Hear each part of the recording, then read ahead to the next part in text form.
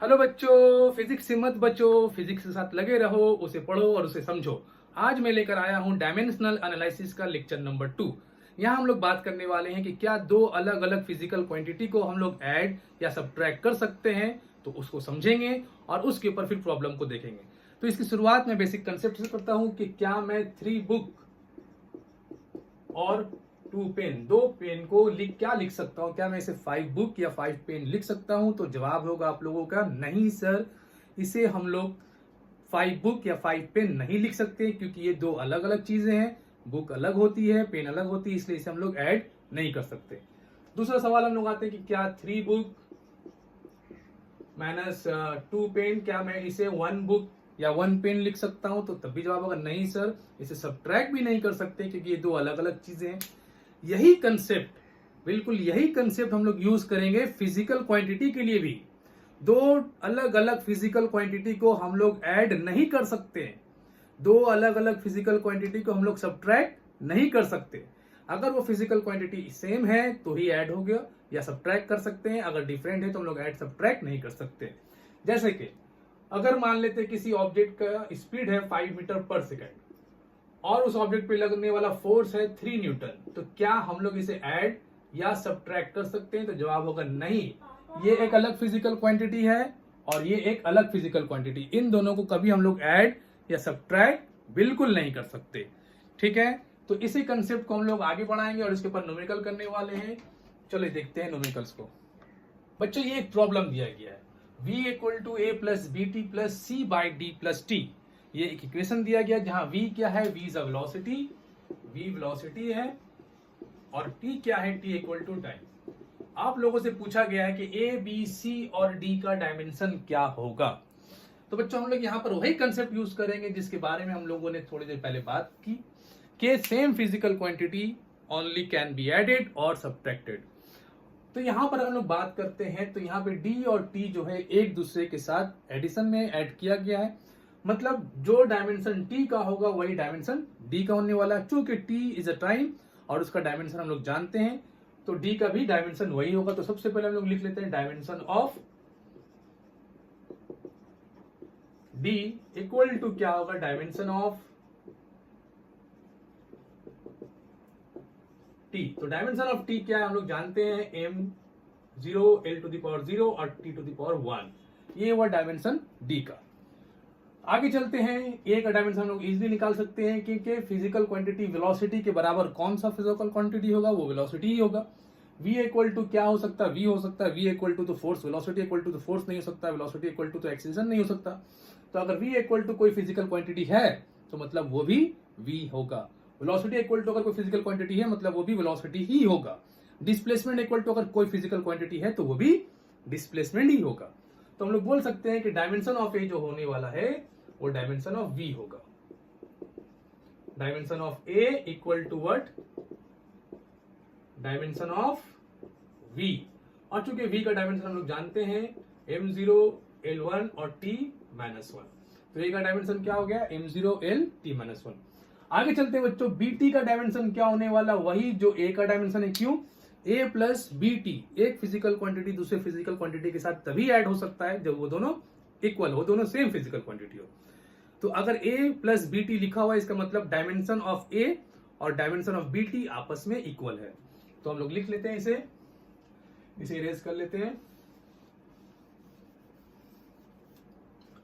Dimension of a equal to what, B T. a का dimension हम लोग लिख चुके हैं m0 l1 और t के पावर में minus 1। Dimension of B T, तो b का डायमेंशन हम लोग नहीं जानते लेकिन t का डायमेंशन हम लोग जानते हैं, तो b को लिख लेते हैं। और t के डायमेंशन में m0 या सिर्फ t भी लिख सकते हैं, कोई प्रॉब्लम नहीं है। कंप्लीट एक्सप्रेशन जब फाइनल आंसर निकालेंगे तो mlt तीनों के फॉर्म में लिखेंगे। अच्छा, आगे चलते हैं। तो b का डायमेंशन क्या हो जाएगा, m0 l1 t minus 1 bye t। तो ये बन गया m0 l1 और t माइनस 2।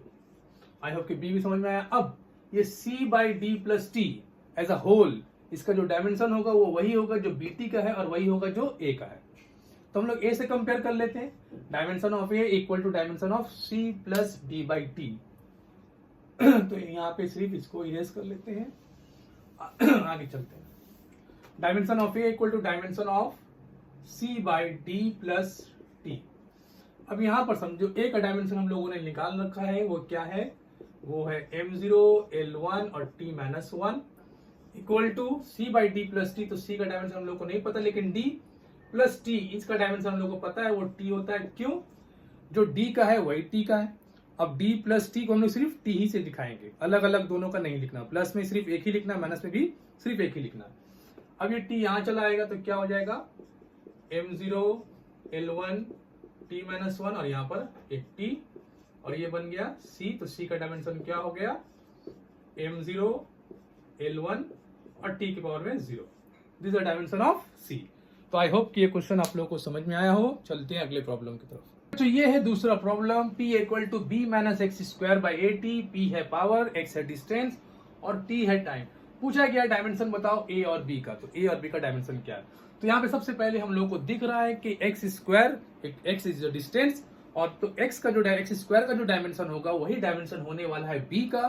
तो हम लोग लिख सकते हैं dimension of B equal to dimension of X square. तो dimension of B equal to dimension of X square, और चूंकि एक्स का डायमेंशन हम लोग जानते हैं वो होता है एल के पावर में 2, तो देयरफॉर बी का भी डायमेंशन क्या हो जाएगा, एल के पावर में 2। तो m0 l2 और t0।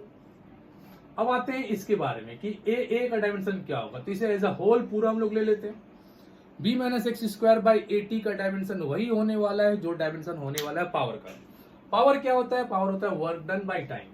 तो चलो इसे देखते हैं हम लोग, डायमेंशन ऑफ ए टी निकालते हैं। तो हम लोग बोल सकते हैं dimension of b minus X square by A T equal to dimension of power. ठीक है, डायमेंशन ऑफ p। अब पावर का डायमेंशन क्या होता है? हम लोग जानते हैं पावर जो होता है वो वर्क डन बाई टाइम होता है, वर्क बाई टाइम। और वर्क जो होता है वो होता है force into displacement, force into displacement by time. तो अब फोर्स का जो डायमेंशन होता है वो हम लोग को पता है, वर्क का ही पता है। फोर्स जो होता है वो क्या होता है, केजी मीटर पर सेकंड, केजी मीटर पर सेकंड स्क्वायर। फोर्स का ये डायमेंशन होता है केजी मीटर पर सेकंड स्क्वायर, मतलब एम एल टी माइनस 2। ये फोर्स हो गया केजी मीटर। देखो यूनिट्स हम लोग लिख सकते हैं, फोर्स क्या, केजी मास और एक्सीलरेशन मीटर पर सेकंड स्क्वायर है ना, मास इंटू एक्सीलरेशन। केजी का एम लिखेंगे, मीटर का एल लिखेंगे और टी माइनस 2। ये किसका हो गया, ये फोर्स का हो गया। अब फोर्स में जब हम लोग डिस्प्लेसमेंट मल्टीप्लाई करते हैं तो ये हो जाता है वर्क, तो एम इंटू टी माइनस 2। तो ये डायमेंशन हम लोग को जो फोर्स वर्क का जो मिलने वाला है वो होता है M L two T minus 2। और चूंकि नीचे में टी और है तो ये टी, तो अब ये बन जाएगा नीचे में, चलो बगल में लिख लेते हैं। ये किसका लिखा रहा है, b minus X square by A T का।